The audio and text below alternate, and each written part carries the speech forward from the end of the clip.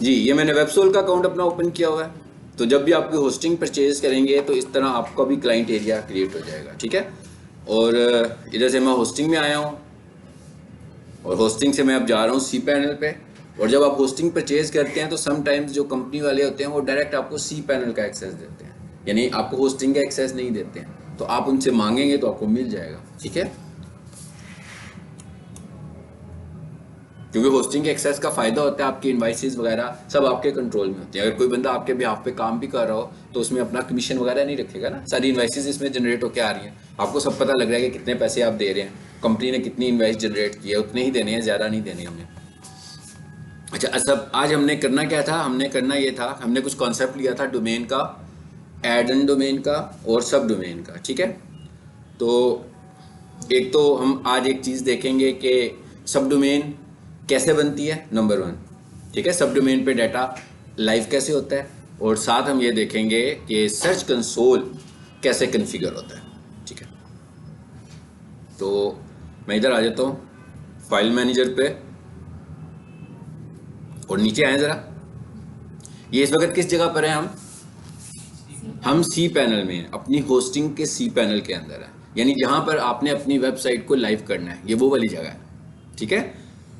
अच्छा, यहाँ पर मैं आता हूँ और नीचे आते हैं, ज़रा देखते हैं डोमेन से रेलिवेंट ऑप्शन में क्या नज़र आ रहा है हमें। एक पे नज़र आ रहा है ऐड इन डोमेन, यानी अगर मिसाल के तौर पर आप अपनी इस होस्टिंग में किसी और डोमेन को लाना चाह रहे हैं तो आप यहाँ से जाकर डोमेन क्रिएट करेंगे। डोमेन क्रिएट करने का क्या मतलब है, उस होस्टिंग में उस डोमेन को यहाँ से आप ऐड करते हैं, ठीक है। उसके बाद ये आपकी डोमेन आ रही है और यहाँ पर सब डोमेन कहाँ लिखा हुआ जी, ये सब डोमेन लिखा हुआ, ठीक है। सो मैं यहाँ सब डोमेन पे आता हूँ। अभी एक डोमेन बनाने की ऑप्शन मेरे पास मौजूद थी तो वो डोमेन मैं बना लेता हूँ। अब ये देखें क्या लिखा हुआ है, सब डोमेन, और ये लिखा हुआ है मेन डोमेन। यानी इसका मतलब क्या हुआ कि हमारी सब डोमेन कहाँ पे बनने जा रही है, इस डोमेन के अंदर। तो मैं यहाँ पर आता हूँ और यहाँ पे आकर मैं लिख लेता हूँ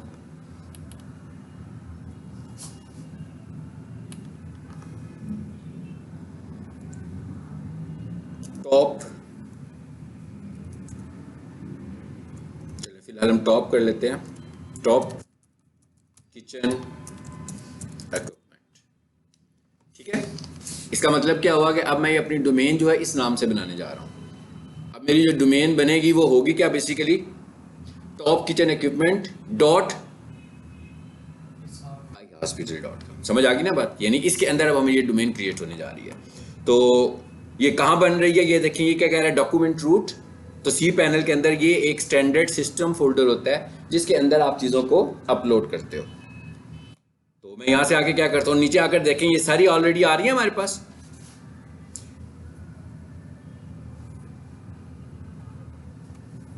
इसमें कुछ एड इन डोमेन्स हैं और कुछ सब डोमेन्स हैं, ठीक है। और मैंने आपसे कहा कि जब आप एड इन डोमेन को ऐड करोगे तो बेसिकली आप क्या करेंगे, अपनी एक सब डोमेन माइनस कर लेंगे बीच में से, क्योंकि आपकी जब एड इन डोमेन ऐड होती है तो यहाँ पर एज ए सब डोमेन बन जाती है। तो अगर आपको 4 सब डोमेन की ऑप्शन मिली हुई हैं और आपने उसमें से एक एड इन डोमेन ले ली है तो इसका मतलब क्या हुआ कि अब आपके पास 3 ऑप्शन बाकी बच गई हैं, क्योंकि वो add in domain as a subdomain यहाँ पे ऐड हुई है, लेकिन उसका बिहेवियर एज ए सब डोमेन नहीं होगा, उसका बिहेवियर इंडिपेंडेंट डोमेन के तौर पर ही होगा। तो यहां पर आएंगे हम इस क्रिएट का बटन प्रेस करते हैं।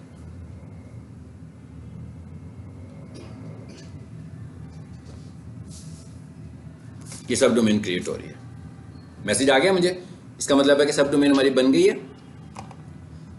ये अब जरा गो बैक करके देखें बनी है, यानी ये पहला फेज हमने पूरा कर लिया।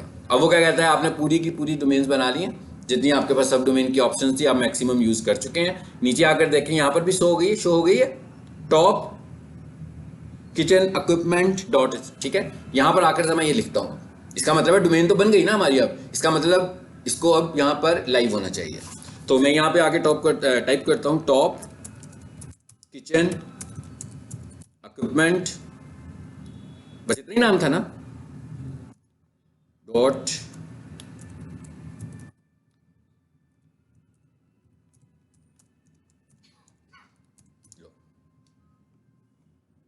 इस पर क्लिक किया जी मैंने, देखते हैं क्या होता है।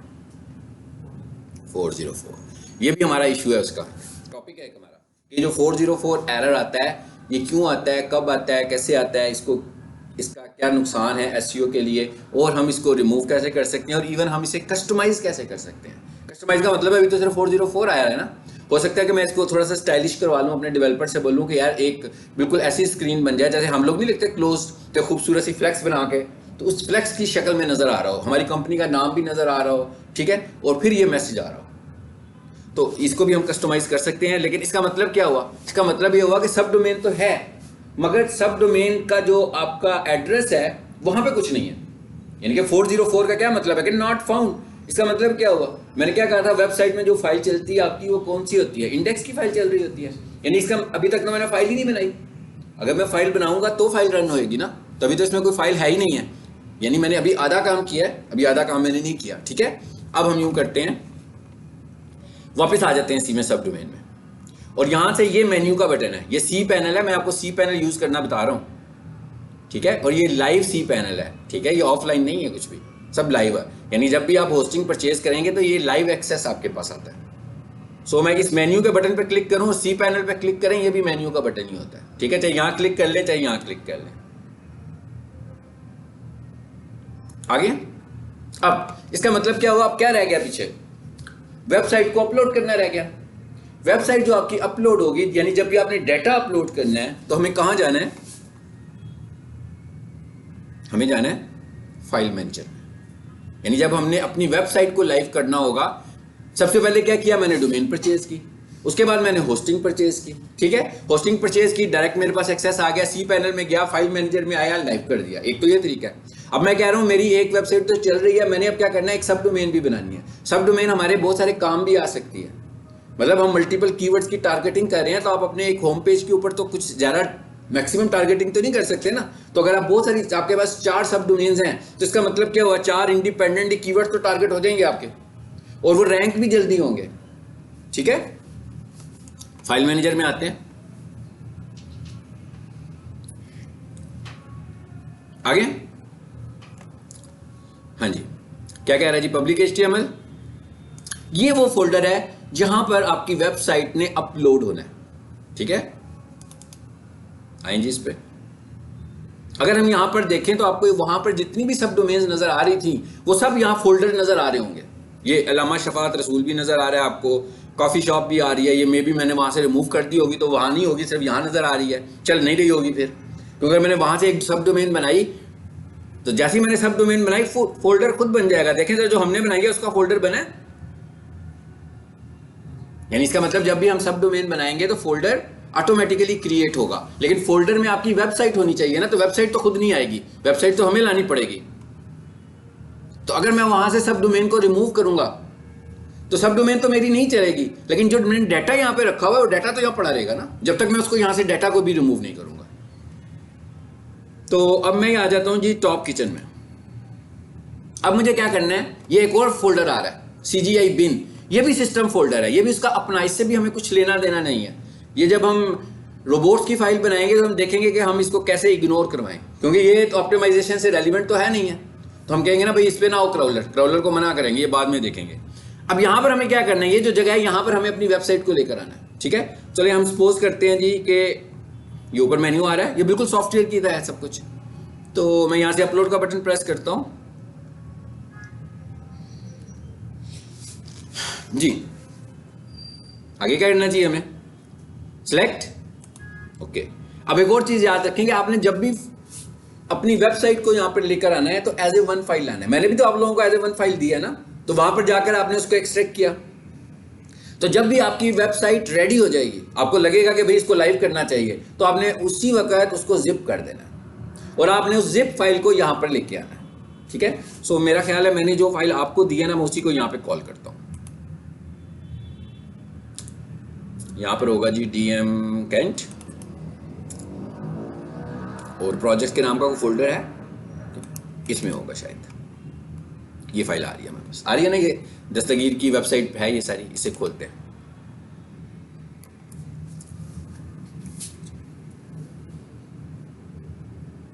ये भी ब्लू कलर है, ये ब्लू, रेड और ग्रीन 3 कलर्स आएंगे, ब्लू इन प्रोसेस, रेड का मतलब है कि वो अपलोड नहीं कर सकता। अगर वो अपलोड नहीं कर सकता तो दो इसकी मोटी मोटी रीजंस हो सकती हैं कि या तो आपके पास स्पेस नहीं है या आपकी फाइल में वायरस है।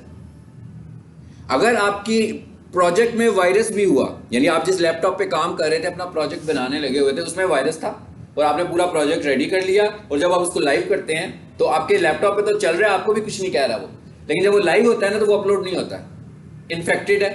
तो इसका मतलब है कि वो तो गया हमारे हाथ से, कुछ भी कर लें उसको लाइव नहीं कर सकेंगे। सो ऐसा काम जब भी कर रहे हो तो आपको पता होना चाहिए कि आप जहाँ पे ये काम कर रहे हैं वो सिस्टम, वो लैपटॉप आपका क्लीन हो, सोर्स आपका क्लीन हो। ठीक है, जैसे कोई बंदा कहेगा यार इस जगह पर जाएं, यहाँ से एक वेबसाइट डाउनलोड कर लो, फ्री मिल जाएगी, तो हमें ये भी देखना है कि वहाँ पर वायरस तो नहीं है, इन्फेक्टेड तो नहीं है वो। और जब भी डाटा ट्रैवल करवाएं गूगल ड्राइव से ट्रैवल करवाएं, यानी गूगल ड्राइव में डाटा भेजें किसी को, क्योंकि जब वो, अगर मैं व्हाट्सएप से भेजूंगा तो मुझे पता भी नहीं लगेगा कि इसमें वायरस आया है कि नहीं आया। तो आप गूगल ड्राइव से भेजें ताकि उसको स्कैन करके आपके पास लेकर आए, और एग्जैक्टली इसी वक्त पता लगेगा जब आप उसको अपलोड करके देखेंगे। तो आपने अगर एहतियातन चेक करना हो, किसी का प्रोजेक्ट आया होगा यार ये, उसको एक दफ़ा टेम्परेरी तौर पर लाइव करके देख लें, अपलोड करें। अगर तो उसमें कोई इशू नहीं आता अपलोड होने में तो इसका मतलब है कि वो क्लीन है। ठीक है, चलिए अब क्या हुआ, जिप फोल्डर आ गया हमारे पास जी। यहां से बैक करें अब हम,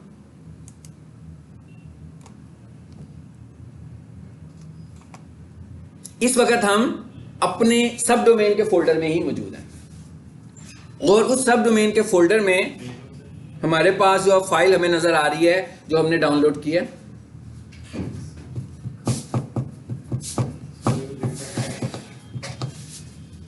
लेकिन ये फाइल तो नहीं रन होगी वेबसाइट में अभी, ये तो जिप फाइल है। इसका मतलब क्या हुआ कि अब हमें क्या करना है, और एक और चीज याद रखेंगे, WinRAR को ये इतना अच्छा सपोर्ट नहीं करता। WinRAR से अगर हम उसको जिप करके यहां लाएंगे तो मे भी एरर आ जाए, तो इसके लिए आप WinZip यूज करें या 7zip यूज कर लें। 7zip तो फ्री है तो उसको यूज कर लें, या WinZip यूज कर लें जी। इसको मैंने सिलेक्ट किया और अब मुझे क्या करना है, इसको एक्सट्रैक्ट करना है। ये एक्सट्रैक्ट का बटन बना हुआ आ रहा है,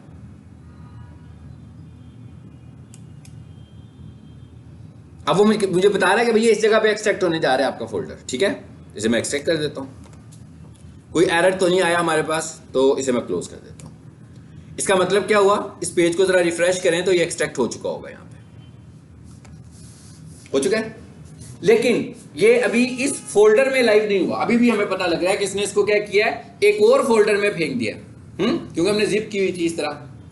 अगर वो एक और फोल्डर में गया है तो इसका मतलब ये हुआ कि हमें इसे बाहर निकालना पड़ेगा यहां से, अदरवाइज तो जब तक मैं अपनी वेबसाइट के आगे मुझे एक और पाथ भी लिखना पड़ेगा, फोल्डर का नाम भी लगाना पड़ेगा, इस तरह तो वेबसाइट ही ना ठीक लगेगी। तो मैं इसको यहां से पकड़ता हूं, खोलता हूं, और ये सारा डाटा मेरी वेबसाइट का, इस सारे डाटा को मैं सिलेक्ट करके एक स्टेप पीछे ले आता हूं, यानी कि दस्तगीर से इसे दस्तगीर के फोल्डर से बाहर निकाल लेता हूं, और निकालने के बाद मैं इस फोल्डर को बेशक रिमूव कर दूं, मैं जिप फाइल को भी रिमूव कर दूंगा क्योंकि मुझे उसकी भी जरूरत नहीं है, वो भी मेरी स्पेस यूज कर रही है ना होस्टिंग की, काम तो मेरा हो गया। अगर आपने बैकअप रखना है अपना तो ड्राइव में रखें, ठीक है, बैकअप के तौर पे रखनी है तो। चलें जी, अब हम क्या करें, ये क्या लिखा है जी, सिलेक्ट ऑल, इस पर आए और यहां से आकर आपने इसे क्या करना है, मूव करना है। अब हमने मूव करना है ना, फोल्डर टू फोल्डर मूव हो रही है ना, लेकिन हमारी जो मूव है वो कहां है, प्रीवियस फोल्डर में, ऐसे ही है। अब हम एक प्रीवियस फोल्डर में मूव करने जा रहे हैं, तो मैं यहां से मूव पे क्लिक करता हूं, देखिए मूव का बटन भी आ रहा है यहां पे, जरा चेक करें। जी क्या कह रहे हैं, कहां पे मूव करेंगे, एक फोल्डर आगे दस्तगीर लिखा हुआ आ रहा है ना, मैं इसको मिटा देता हूं, बस। इसका मतलब क्या हुआ, एक स्टेप पीछे चला गया, सिंपल एक स्टेप पीछे ले गया हूं ना मैं इसको, पहले दस्तगीर में पड़ा हुआ डाटा सारा, एक स्टेप पीछे ले गया हूं। सो फाइनली क्या कर दें, मूव, यहां से चला गया सब कुछ। ये क्या लिखा हुआ है, अप 1 लेवल, इसका मतलब क्या हुआ, मुझे एक फोल्डर पीछे ले जाओ, पीछे आ गए एक फोल्डर, ये है दस्तगीर, ये खाली हो चुका है ना, तो मैं इसको सिलेक्ट करके ताकि कंफ्यूजन खत्म हो जाए इसको डिलीट कर देता हूं। उसके बाद यहां पर जिप भी पड़ी है,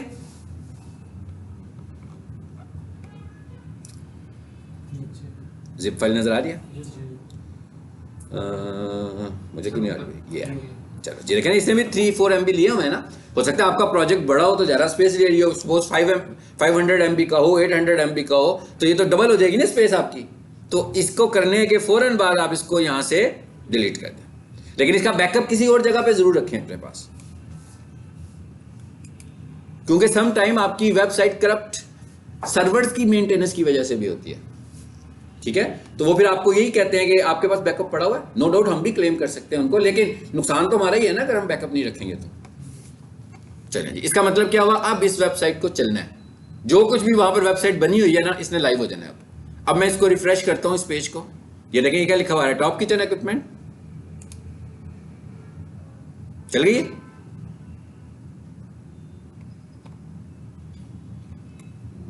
चल गई ना जी, ठीक हो गया। यानी कि ये अब हमने क्या सीख लिया कि वेबसाइट को सब डोमेन में अपलोड कैसे करना है हम लोगों ने, ठीक है। और हमने जब भी कोई एक होस्टिंग बाई करेंगे तो हमें कोशिश करनी है, क्योंकि जब आप कुछ परचेज कर रहे होते हैं ना, वो टाइम होता है बार्गेन करने का, तो आप उनसे बार्गेन कर सकते हैं कि जी हमें सब डोमेन्स भी चाहिए, मैक्सिमम सब डोमेन्स दें। सब डोमेन देने में तो आपको कोई प्रॉब्लम नहीं है, इसलिए कि सब डोमेन तो आप जितनी भी हमें देंगे हम यूज तो उसको अप टू द स्पेस ही कर सकते हैं। मतलब आपकी स्पेस खत्म, आपकी सब डोमेन्स खत्म।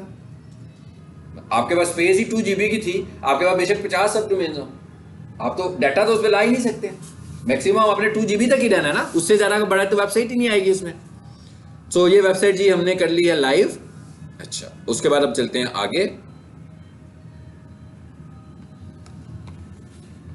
इसका एड्रेस क्या आ रहा है देखें, टॉप किचन इक्विपमेंट डॉट, यानी जो भी सब डोमेन होगी वो हमेशा .com नहीं होगी, बल्कि डॉट के साथ आगे कॉम आ रहा होगा, तो इसका हमें पता लग जाएगा कि ये मेन डोमेन नहीं है बल्कि ये सब डोमेन है, ठीक है। ये तो हमने वेबसाइट को लाइव करना देख लिया। अब हम अगला स्टेप करते हैं, इसी के ऊपर हम अप्लाई करते हैं कि हम ये देखते हैं कि हमने इस वेबसाइट को गूगल सर्च कंसोल में भी अप्लाई कराना है, ताकि आज की तारीख के बाद से इस वेबसाइट के एनालिसिस होना शुरू हो जाए, ठीक है। सो अब हम दूसरा काम क्या करने लगे हैं, इसको सर्च कंसोल में मैं लेके आने लगा हूं। इसे सर्च कंसोल में कैसे लेकर आना है, सो मैं एक काम करता हूं, इधर आता हूं मैं पहले, और यहां आके मैं लिखता हूं Google search console.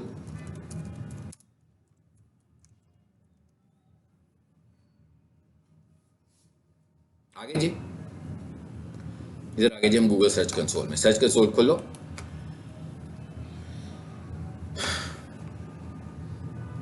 Improve your performance on Google search, ठीक है ना। कहते हैं इससे आपको पता लगता है, एनालिसिस होते हैं जिससे आप अपनी परफॉर्मेंस को और ज्यादा इंप्रूव कर सकते हैं। तो स्टार्ट कर लेते हैं इसको।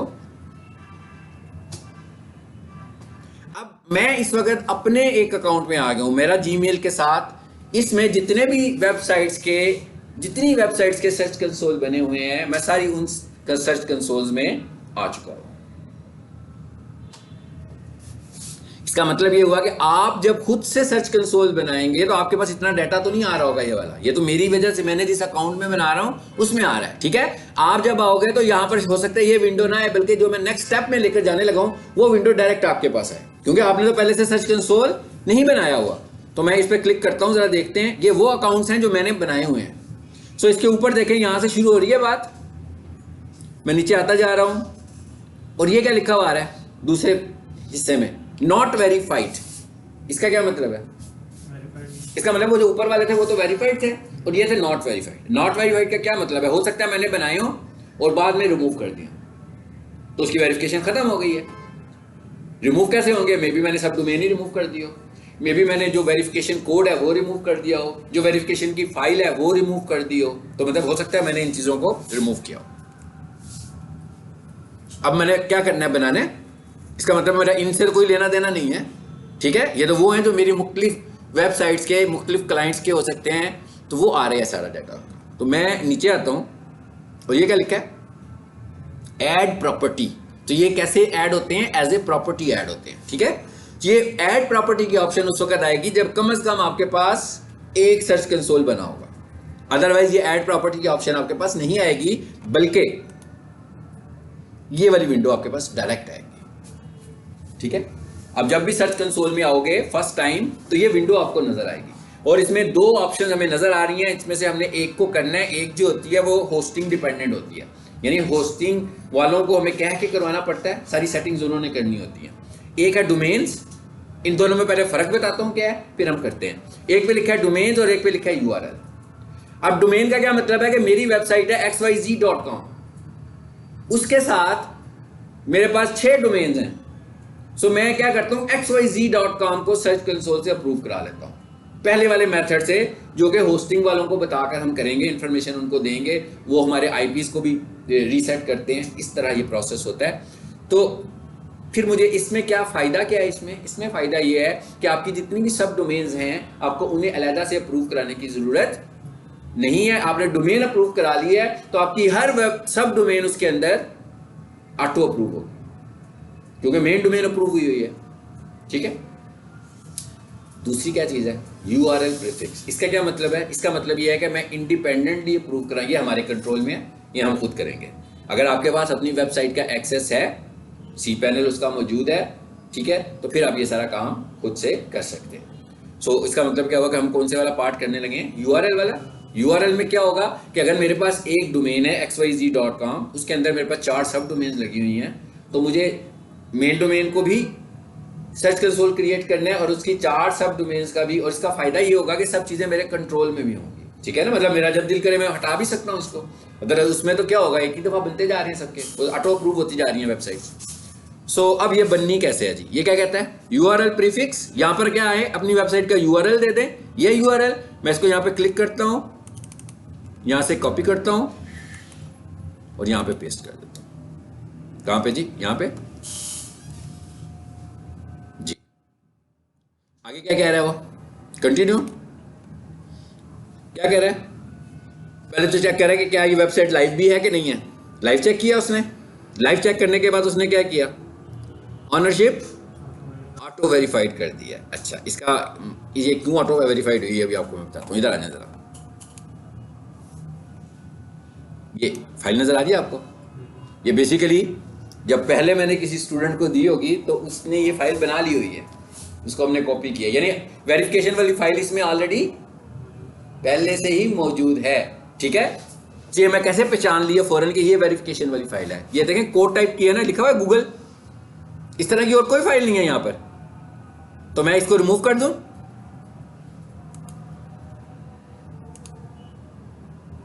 चलिए जी, रिमूव कर दिया। अब रिफ्रेश कर दिया पेज, अब तो नहीं है कुछ। अब वापस आ जाए उसी पे।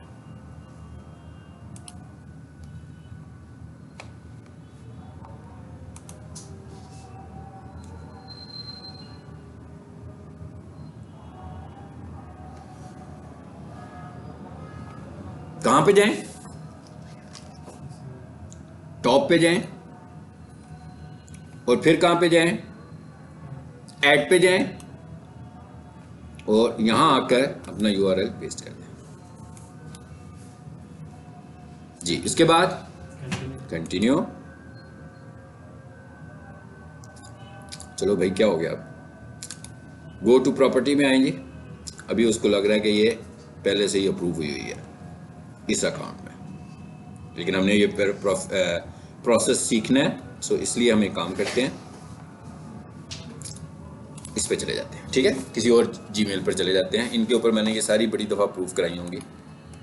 अब मैं जिस पर आ रहा हूं, इसका मतलब है यहां पर तो कुछ भी नहीं होगा, यहां पर फर्स्ट क्रिएट होगा।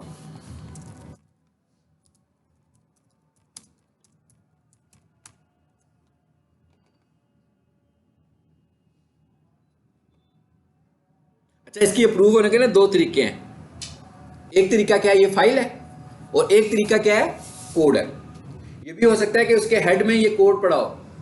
2 मेथड्स हो सकते हैं। ठीक है, अभी पहले इसको एक दो यहां से अप्रूव करते हैं, फिर उसका हेड देखेंगे। लाइव हेड देख सकते हैं ना उसका। वेबसाइट कौन सी फाइल से लाइव होती है, इंडेक्स की फाइल से। गुड, तो इसका मतलब क्या हुआ, हम उसी को देखेंगे। अब देखिए, ये सीधे हम उधर आए हैं। इस दफा हमने ऐड प्रॉपर्टी नहीं किया, इसलिए कि इसमें ऑलरेडी कोई भी अकाउंट नहीं है। ये एक ही अकाउंट बनने जा रहा है, पहला अकाउंट बनने जा रहा है। देखते हैं यहां पर क्या करता है ये इसके साथ। अभी भी किया तो इसका मतलब होगा कि हेड में कोड मौजूद है। अब नहीं किया उसने, ठीक, इसका मतलब क्या हुआ कि उसके हेड में कोड मौजूद नहीं था। अब यहां पर 2 मेथड्स आ गए हमारे पास। एक पे क्या लिखा हुआ है, HTML फाइल। नीचे आकर देखें जरा, दूसरे पे क्या लिखा हुआ आ रहा है? HTML tag. यानी एक फाइल वाला मेथड है और एक टैग वाला मेथड है। टैग का क्या मतलब है कि वो हमें टैग देगा और बोलेगा कि भाई इसको जाकर अपनी वेबसाइट के इंडेक्स के हेड में जाकर पेस्ट कर दो, सिंपल। और एक क्या कहेगा कि ये फाइल डाउनलोड करो और इसको जहां पर आपकी वेबसाइट पड़ी हुई है वहां पर इसको भी लाइव कर दो। अब दोनों मेथड यूज कर सकते हैं, ठीक है। पहले मैं इसको डाउनलोड करता हूं। ये फाइल है जी, वही नाम आया ना उसी तरह का। इस पे क्लिक करें, फाइल डाउनलोड हो गई। अब जब मैं उसको फाइल से वेरीफाई करूंगा तो मुझे इस वेरीफाई बटन से करना है। और नीचे आए जरा, अगर मैं उसको टैग से वेरीफाई करूंगा तो मुझे इधर आना है। ये आ गया टैग का ऑप्शन। क्या कहता है, इसे कॉपी कर लो। देखें कोड है ना ये सारा, मेटा का टैग लगा हुआ है। आपने जस्ट इसे कॉपी के बटन को प्रेस करना है, कॉपी हो गया। और जब आप इसको उधर पेस्ट करेंगे तो इसको यहां से वेरीफाई करना है। यानी दोनों वेरिफिकेशंस के बटन अलग-अलग लगे हुए हैं। उसका वेरीफाई का बटन ऊपर है, फाइल वाला। जब फाइल करेंगे, अगर मैं टैग लगाऊं और ऊपर वाले से वेरीफाई करूं तो वेरीफाई नहीं होगा, क्योंकि वो तो फाइल को ढूंढेगा। जब आप कोड लिखेंगे और वेरीफाई के बटन ऊपर वाला दबा देंगे तो फिर वो फाइल नहीं ढूंढेगा, वो कोड ढूंढेगा। तो इसका मतलब हुआ जब कोड से वेरीफाई करना है तो कोड वाली जगह से वेरीफाई का बटन यूज करना है। जब फाइल से वेरीफाई करना है तो फाइल वाला वेरीफाई का बटन यूज करना है, ठीक है जी। चलो अब आ जाते हैं वापस साइट पे आ जाते हैं। अब क्या करना है अगला काम, आप बताएंगे कि मैं बताऊं? यहां तो इंडेक्स में टैग लगा दें, ठीक है। वो मैं समझा देता हूं आपको, लेकिन करते इसको फाइल से अपलोड है ताकि उसको भी एक दफा खोल के उसकी शक्ल नजर आ जाए हमें। ये एडिट में आ जाए। अब ये देखेंगे वो जो नोटपैड में काम कर रहे थे वही करने लगे हम यहाँ पर भी, लेकिन इस दफा जो काम हो रहा है वो लाइव है। मतलब आप इस जगह पर बैठकर जो भी फाइल इंडेक्स की फाइल में चेंजेस करेंगे वो सब ऑटो होती जाएंगी, लाइव होती जाएंगी। लेकिन अगर आप मैनुअल कर रहे होंगे, अपने लैपटॉप के ऊपर कर रहे होंगे, तो क्या करना पड़ेगा आपको? 4 चेंजेस किए हैं फिर उसको अपलोड करेंगे, फिर 10 चेंजेस किए हैं फिर उसको अपलोड करेंगे। तो अपलोड करने का मतलब नहीं कि पूरा प्रोजेक्ट ही हर दफा करें भाई। कर ही सिर्फ एक इंडेक्स की फाइल में चेंज रहे हैं तो इंडेक्स को ही अपलोड कर देते हैं ना। हाँ, अगर हमें फील हो कि हमको 10-15 फाइलों में चेंज करने लगे हुए हैं फिर मैं पूरा प्रोजेक्ट लेकर आऊंगा। अदरवाइज मुझे सिर्फ उसी फाइल को चेंज करना है, ठीक है। जैसे मिसाल के तौर पर स्लाइडर लगे हुए हैं 3, तो आप क्या करते हो, हर 10 दिनों के बाद 1-2 स्लाइडर चेंज कर देते हो। तो पूरी वेबसाइट तो दोबारा लाइव करने की जरूरत नहीं है। क्या करना चाहिए, सिर्फ इमेजेस को दोबारा से अपलोड करते जाए जी। पहले मैंने कहा था एडिट कर लें, किसको? इंडेक्स को। ये एडिट का बटन है और यहां से एडिट कर दो।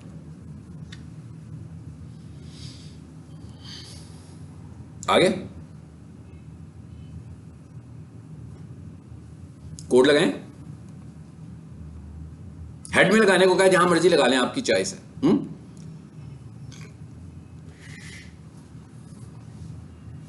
ये देखें टैग और लगा हुआ है, इसको बाद में बताऊंगा, लेकिन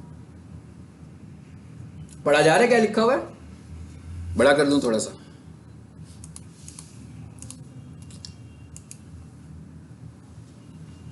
जी अब पढ़ा जा रहा है? क्या लिखा है? Google analytics. ये दूसरा टूल है हमारे पास। पहले वाला क्या है? वो सर्च कंसोल है और ये एनालिटिक्स है। यानी नाम से अगर मैं कहूं तो मैंने जो बातें बताई थी तो वो शायद मैं एनालिसिस की बात ही कर रहा था, लेकिन ये अलग किस्म के एनालिसिस हैं। वो कौन से एनालिसिस हैं? वो सर्च एनालिसिस हैं। ये कौन से एनालिसिस हैं? ये आपकी वेबसाइट के ट्रैफिक के एनालिसिस हैं कि भाई आपकी वेबसाइट पे लोग आ रहे हैं, ट्रैफिक आ रही है, कहां से आ रही है? सोशल मीडिया से आ रही है, एड से आ रही है, कहां से आ रही है, उनका सोर्स क्या है, फिर वो जब आपकी वेबसाइट पर आते हैं तो उनका बिहेवियर क्या है, करते क्या है वो यहां पर आकर? आते हैं और चले जाते हैं, कि आते हैं तो अगले पेजेस पर शिफ्ट कर जाते हैं। ये जो है गूगल एनालिटिक्स आपको ऐसे रिजल्ट्स देता है। सर्च कंसोल आपको ऐसे रिजल्ट्स नहीं देता। सर्च कंसोल आपको क्या कहता है कि आपकी वेबसाइट में एरर तो नहीं है, आपकी वेबसाइट में क्रॉल इशू तो नहीं आ रहे, आपकी वेबसाइट की अपीयरेंस कैसे हो रही है, सर्च टर्म्स कौन सी हैं जिसके अगेंस्ट आप नजर आ रहे हैं, आपकी वेबसाइट में कोई सिक्योरिटी इशू तो नहीं है, आपकी वेबसाइट क्रॉलर फ्रेंडली है कि नहीं है। ये काम गूगल एनालिटिक्स नहीं करेगा, ये काम सर्च कंसोल से हमें पता लगेगा, ठीक है। चलो जी, अब हम कहते हैं भाई मैं इसको यहां पेस्ट कर देता हूं, सपोज मैं ऊपर ही कर देता हूं बेशक। यानी अब आपको पता लग गया इसका टैग क्या है, इसका कौन सा मेटा है? Google site verification. और गूगल एनालिटिक्स का कौन सा मेटा था? नीचे जी देखें जरा, ये मेटा टैग तो नहीं है ये, क्योंकि जरा बड़ा कॉम्प्लेक्स काम है, इसके लिए उसने पूरा जावास्क्रिप्ट का कोड जनरेट किया हुआ। ये भी उसी जगह से ही जनरेट होना है जहां पर हम आए हुए हैं, ठीक है। लेकिन ये अभी नहीं करना हमने, ये जब वेबसाइट पे काम करेंगे नहीं, बाद में करेंगे। सो मैंने ये काम कर दिया, इसे सेव कर दें। अब ये लाइव हो गया। अगर नेट चल रहा है हमारा तो, नेट ने कुछ इशू किया है, इशू आ गया ना।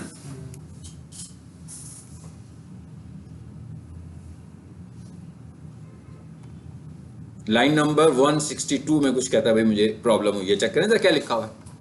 लाइंस आ रही है ना?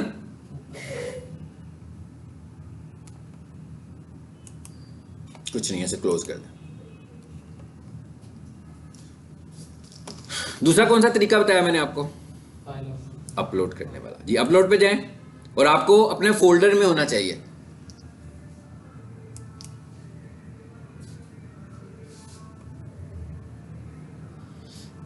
ये फाइल कहां पे होगी? डाउनलोड्स में। और एक चीज याद रखें कि ऐसी फाइल जब डाउनलोड हो जाए, या तो उसको उठा के किसी और जगह पे रख लें, इसलिए कि जब आपने नेक्स्ट टाइम यही प्रोसेस करना होगा तो फाइल का नाम यही है, तो इसके साथ फिर 1 2 3 लगना शुरू हो जाएगा। तो अगर आप इसको 1 के साथ लाइव करेंगे तो ये उस फाइल को रिकॉग्नाइज नहीं करेगा, ये तो नाम चेंज हो गया उसका। तो जब आप इसको यूज कर लें तो या तो इसको अपने किसी फोल्डर में रख लें या इसको यहां से रिमूव कर दें, ताकि नेक्स्ट टाइम जब आप ये काम करो तो वो उसको पहले से ही वाली फाइल मौजूद ना मिले। चलो आ जाए इसको।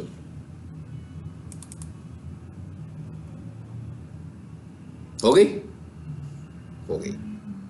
वापिस आए। अब चलें इधर, और किया मेरा ख्याल है पहले वाला तरीका हुआ है। तो पहले वाले पे हम क्लिक कर देते हैं। वेरीफाई हो गई। अब वो क्या कहता है? कहता है गो टू प्रॉपर्टी। आप जब शरारतें करते हैं ना तो मेरा भी दिल करता है मैं शरारत करूं। आप दोनों कभी कभी करते हैं। क्यों करते हैं? मतलब कभी कभी करते हैं। मैंने कहा वो फिर मेरी जो अटेंशन होती है ना वो डाइवर्ट हो जाती है। मैं आपको देख ना रहा हूं तो शायद डाइवर्ट ना हो, तो जब मैं देख रहा होता हूं तो मेरी अटेंशन डाइवर्ट हो जाती है ना जी। आ गई वेबसाइट। ये हमने आज एक टास्क सीख लिया, ठीक है। कौन सा टास्क सीखा? कि हम लोगों ने सर्च कंसोल कैसे बनाना है। ये आप किसी भी वेबसाइट का सर्च कंसोल बना सकते। ये भी एक छोटा सा टास्क है, ये भी एक फ्रीलांसिंग टास्क है।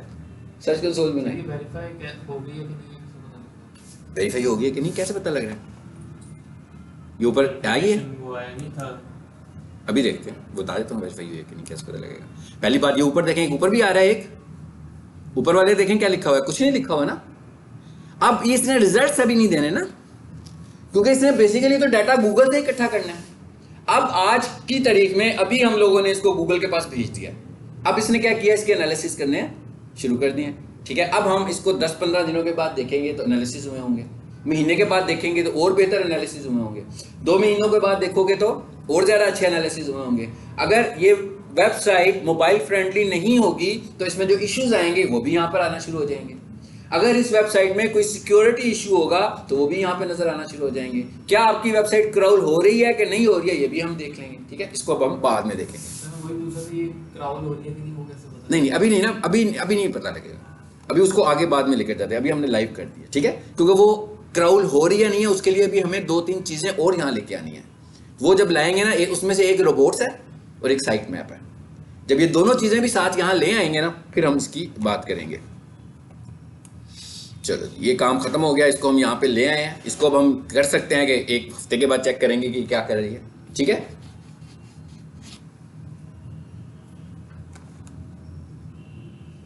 इसे कर लें जी मिनिमाइज। अब अगले टॉपिक पर चलते हैं। अगला टॉपिक एक और आज कीवर्ड से रेलिवेंट ही है। ये एक एक्सेल की फाइल है, इसे भी खोल देता हूं, और ये एक पीडीएफ है, इसे भी खोल देता हूं।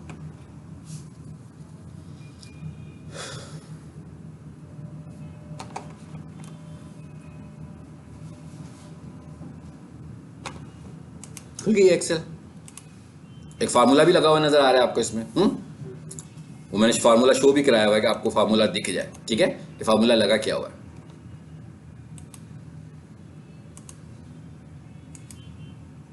आ रहा है ना नजर। D4 और E4 को आपस में डिवाइड किया हुआ है। ठीक है, यहां पर इसमें आ जाएं, यहां पे इसमें आ जाएं।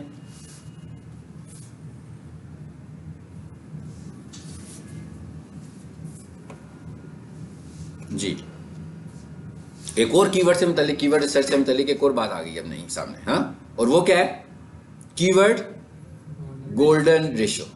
ये कीवर्ड गोल्डन रेशियो से क्या मुराद है, इसको हम इस्तेमाल करते हैं लॉन्ग टेल कीवर्ड्स के लिए। ठीक है सर, इसको मैं पहले थोड़ा सा डिफाइन करता हूं और फिर हम ये देखेंगे कि ये ड्राइव कैसे करनी है, हमने इस कीवर्ड को कैसे ड्राइव करना है हम लोगों ने।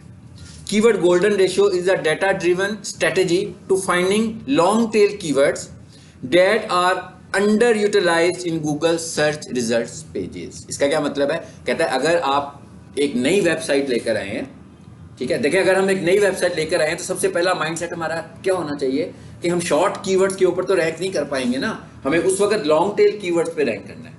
लॉन्ग टेल कीवर्ड्स का मतलब क्या है कि हमें बहुत ज्यादा स्पेसिफिक होके कीवर्ड्स को बनाना है, ताकि और वो बनाने बहुत ज्यादा स्पेसिफिक होके बनाने हैं, लेकिन ऐसे ना हो कि वो एक बंद कमरे में बन रहे हैं, वो वाले लॉन्ग कीवर्ड्स लोग यूज कर रहे हों। हाँ, ये हो सकता है कि वो वाले लॉन्ग कीवर्ड्स बहुत ज्यादा नहीं होंगे, मतलब उनकी तादाद कम होगी, उनकी सर्चिंग कम होगी, लेकिन उनका कंपटीशन भी कम होगा। तो इसका मतलब है कि उस पर हम जल्दी से रैंक कर जाएंगे। जी, the ratio is the number of Google results that contain the keyword in title. इसको हम निकालेंगे divided by the monthly local searches. वही बात आ गई दोबारा से, लेकिन इस दफा बात किसकी हो रही है, स्पेसिफिक बात हो रही है लॉन्ग टेल कीवर्ड्स की, बड़े कीवर्ड्स की। Used laptop prices in Lahore, used laptop prices near me, online NMD CAT preparation in Lahore, best academy for NMD CAT preparation in Lahore, best mobile app for online NMD CAT preparation. अब ये लंबे लंबे keywords हैं ना सारे, लेकिन ये सब कीवर्ड ऐसे हैं जो हॉट कीवर्ड्स हैं, जो मैंने बोले हैं, यानी ये वाले ऐसे कीवर्ड्स हैं जो लोग लिख रहे होंगे, लेकिन ये मैंने अंदाजे से बताया अभी आपको, इसके एनालिसिस करने हैं ना आपको। तो वो क्या कहता है, कहता है इसको भी आप ढूंढ लें। सबसे पहले क्या करें, इन टाइटल में ढूंढ लें। ठीक, इन टाइटल में ढूंढने के बाद इसके रिजल्ट्स आप देख लें। दोनों तरीके हमें पता है ना, रिजल्ट्स कैसे देखने हैं और इन टाइटल में कैसे ढूंढना है, दोनों तरीके हमें आते हैं। उसके बाद क्या कहता है, When the search volume is below 250, यहां पर उसने रिस्ट्रिक्शन लगा दी है। हाँ, कहता है अगर आप ये वाला कीवर्ड फाइंड करना चाह रहे हैं तो इसकी रेशो क्या होनी चाहिए, इसकी सर्च वॉल्यूम कितना होना चाहिए, लेस होना चाहिए। यानी एक फार्मूला है, इस फार्मूले का मतलब ये है कि ये अगर 250, अब देखें ना, अगर किसी का सर्च वॉल्यूम 250 से कम है और कीवर्ड लॉन्ग टेल ही है और उसका सर्च वॉल्यूम जो है वो 4000 है, तो एक चीज तो आपको फौरी समझ आ जानी चाहिए, क्या कि इस पे कंपटीशन है। ऐसे ही है ना, क्योंकि जब सर्चेज हाई हैं तो ये तो क्लियर हो गया कि भाई सर्चेज इतने लोग कर रहे हैं तो कंपटीशन तो हाई हो गया। लेकिन उसने एक स्टैंडर्ड निकाल लिया हुआ है, ठीक है, उन्होंने कहा कि भाई जो 250 का फिगर है ना, अगर ये लोग कर रहे हैं तो इसका मतलब है इसकी लोगों को रिक्वायरमेंट भी है, और इससे दो नतीजे निकल रहे हैं ना, एक तो रिक्वायर्ड कीवर्ड है और दूसरा क्या है, इसका कंपटीशन कम है। यानी दो चीजें इस फिगर नहीं बता दी है। ठीक है, सो वो ये कहता है कि इतना इसका सर्च वॉल्यूम होना चाहिए और इसको आपने इन टाइटल में ढूंढना है और इसके नंबर के साथ डिवाइड कर देना है। ये नीचे भी इसकी मैंने डेफिनेशन ही लिखी हुई है। ठीक है, दूसरे तरीके से इसे एक्सप्लेन किया हुआ है। ये क्या है, ये फार्मूला जी, KGR for keyword golden ratio. ठीक है, ये किसके लिए इस्तेमाल हो रहा है, ये सब कीवर्ड्स के लिए इस्तेमाल नहीं हो रहा, ये सिर्फ लॉन्ग टेल कीवर्ड्स के लिए इस्तेमाल हो रहा है। और ये किसको रेकमेंड कर रहे हैं, उन लोगों को रेकमेंड कर रहे हैं जो न्यू हैं, जो आए हैं, अभी नए नए आए हैं और वो चाहते हैं कि उनकी वेबसाइट रैंक भी करे और दिखे भी अपने कंपटीटर्स के मुकाबले में। तो वो कहता है भाई आप लॉन्ग टेल कीवर्ड्स के लिए ये वाला फार्मूला यूज कर लो। क्या कर लो, टाइटल रिजल्ट्स को डिवाइड करो सर्च वॉल्यूम के साथ। ठीक है, अच्छा आगे देखें क्या जी, आगे क्या कह रहा है, कहता है अगर तो आपका रिजल्ट लेस देन हो तो इसका मतलब क्या है कि आप ये कीवर्ड यूज कर लें, इट्स गुड।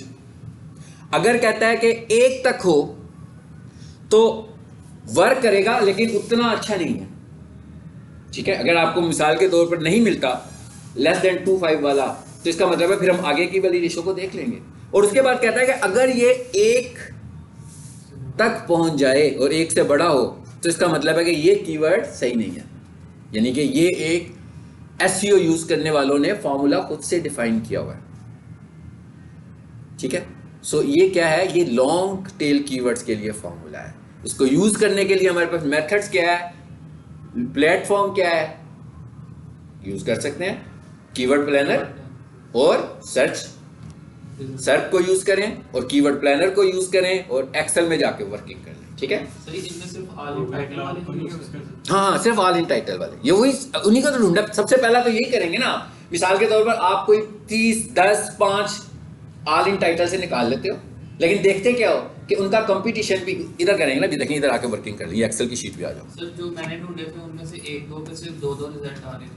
नहीं, वो तो गलत हो गया ना फिर। वो इसलिए मैं पूछे इतना कम कंपटीशन कैसे हो सकता है। हाँ, नहीं वो फिर ऐसे ही होंगे ना, वो कीवर्ड्स नहीं ना होंगे। वो जैसे आपकी सर्च टर्म हो सकती है या किसी और बंदे की सर्च टर्म हो सकती है, लेकिन वो कीवर्ड्स नहीं है, ठीक है। कीवर्ड्स के लिए क्या कह रहा है, कहता है सर्च वॉल्यूम। जब हम किसी चीज का सर्च वॉल्यूम चेक करते हैं तो हम कीवर्ड चेक नहीं करते। मैं जब भी हम किसी चीज का सर्च वॉल्यूम चेक कर रहे हो तो वो कीवर्ड नहीं होता, बल्कि हम ये कह रहे होते हैं कि क्या ये कीवर्ड हो सकता है कि नहीं हो सकता। फिर हम उसके एनालिसिस करते हैं, उससे हमें पता लगता है कि ये कीवर्ड है कि नहीं है। तो ये मैंने एक शीट बनाई है, आप इसको, ये शीट मैं आपको दूंगा, ठीक है, ताकि आप इसमें एनालिसिस कर लें। वैसे आप खुद भी बना सकते हैं। इस पे क्या लिखा हुआ है जी, सर्च वॉल्यूम लेस देन 250, यानी यहां पर जो कीवर्ड लिखते जाए आप, ठीक है ना। यहां पर बल्कि कीवर्ड ना लिखें, यहां पर क्या लिखें, हम वैल्यू लिखें, कीवर्ड यहां लिखें। यहां पर आप क्या लिखें, वैल्यू। मिसाल के तौर पर यहां पर एक लिखते हो आप, सपोज कर लेते हैं 123 की एक वैल्यू टाइप कर दी मैंने। आगे क्या लिखा, all in title results.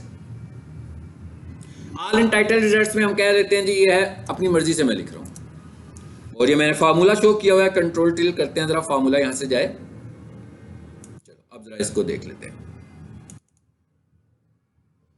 Address थोड़ा सा गलत हुआ है, इसको हम रिमूव कर देते हैं, दोबारा से बना लेते हैं।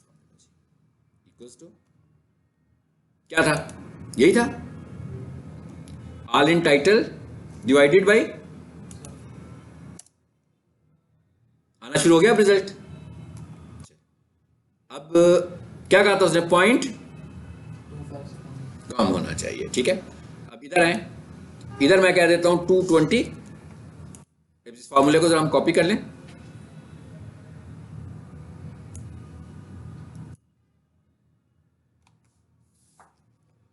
और 220 के बाद यहां पर आकर मैं लिख लेता हूं कि ऑल इन टाइटल 49। समझ आ गई है बात की ना, मतलब इस तरह के हम एनालिसिस कर लेंगे और हमें वो भी शीट भी मिल गई है, चीट शीट भी इसकी मिल गई है कि क्या है असल एनालिसिस। जैसे वो आपका मेडिकल रिपोर्ट होती है, हमें पता लग गया कि भाई हमने इसमें रखना है, उस वैल्यू के बीच में जो रहेगा इसका मतलब है वो एक अच्छा कीवर्ड है। और ये किसके लिए मेथड है, ये लॉन्ग टेल कीवर्ड्स के लिए मेथड है, ठीक है। सर्च वॉल्यूम तो हमें उसको कीवर्ड प्लानर में पूरा मिल रहा है, मतलब एक रेंज ही दे रहा है ना। नहीं, जब यहाँ लाते हो तो रेंज को एवरेज निकाल के देता है ना, तो 50-50 कर रहा था उसको, एवरेज निकाली है ना उसने, वो हमें वही हमारी सर्च वॉल्यूम है, ठीक है ना, वही हमारा सर्च वॉल्यूम है। और ये देखें ना, ये एक्यूरेट कुछ भी नहीं हो सकता, यहाँ पे एक्यूरेट कुछ भी नहीं होगा, लेकिन बहुत ज्यादा करीब होंगे आप उस चीज के, बहुत ज्यादा करीब होंगे।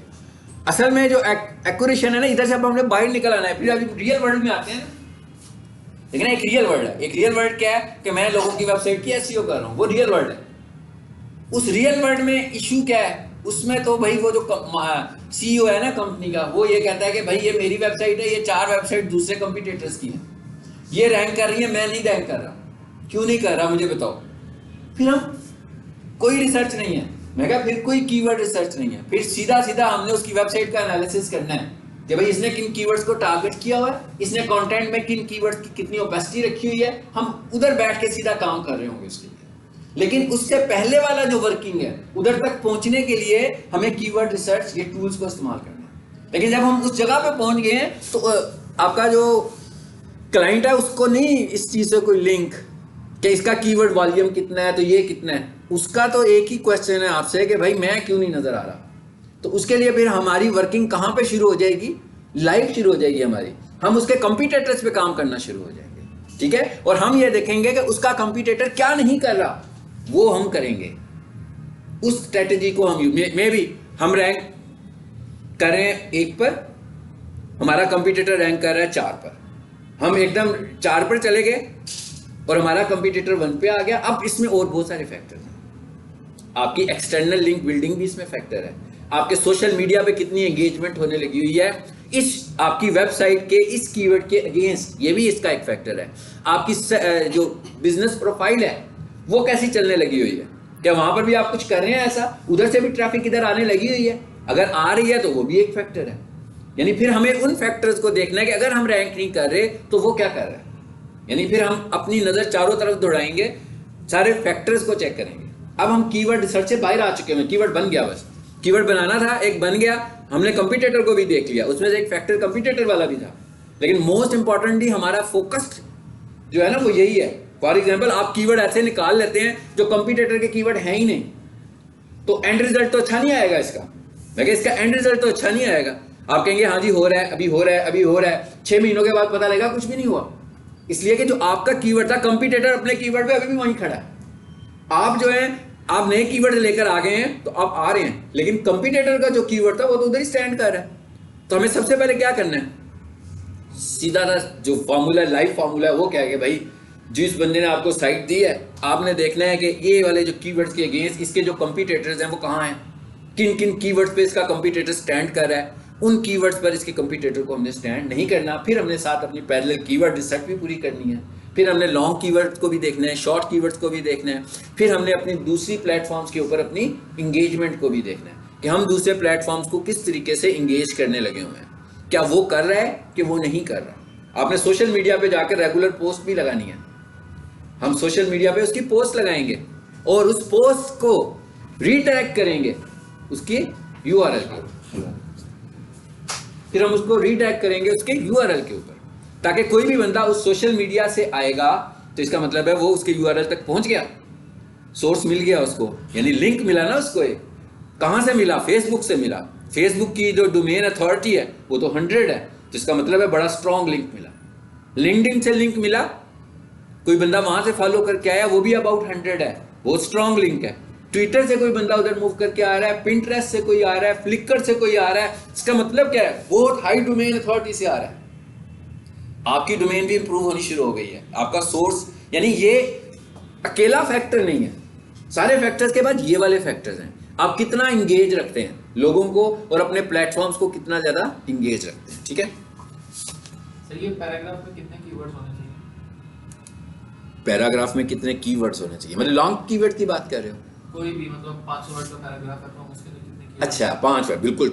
आपका जो पैराग्राफ है ना, आपका जो कीवर्ड है वो आपके कंटेंट के अंदर 2 to 3% होना चाहिए, ठीक है, इससे ऊपर नहीं होना चाहिए।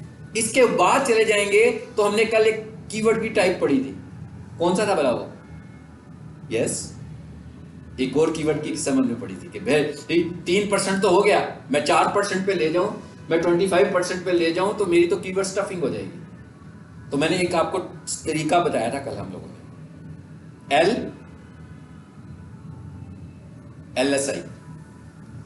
LSI वाला तरीका क्या था कि भाई अब आप क्या करो, सिमेंटिक कीवर्ड्स की तरफ चले जाओ। सिमेंटिक कीवर्ड्स का मतलब है कि मीनिंगफुल कीवर्ड्स, यानी वही चीज हो लेकिन कंटेंट, टेक्स्ट, कॉन्टेक्चुअल कंटेंट वो ना हो लेकिन मीनिंग वही हो, ठीक है ना। जैसे मीनिंग मैंने आपसे कहा था कि best computer courses in Lahore, तो उसके बाद digital marketing course in Lahore, तो ये मीनिंगफुल है। लाजमी बात है कि जो कह रहा है ना best computer courses in Lahore, जब वो डिटेल में जाएगा तो उसने डिजिटल मार्केटिंग का कोर्स बताना है, उसने ग्राफिक्स के डिप्लोमे का भी बताना है, सबका बताना है ना। तो ये सब के सब जो है फिर LSI में आ जाएंगे हमारे।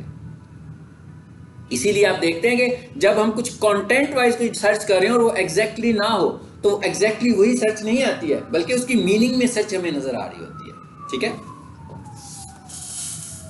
ये जी हमने आज इसको भी कंप्लीट कर दिया एक टॉपिक।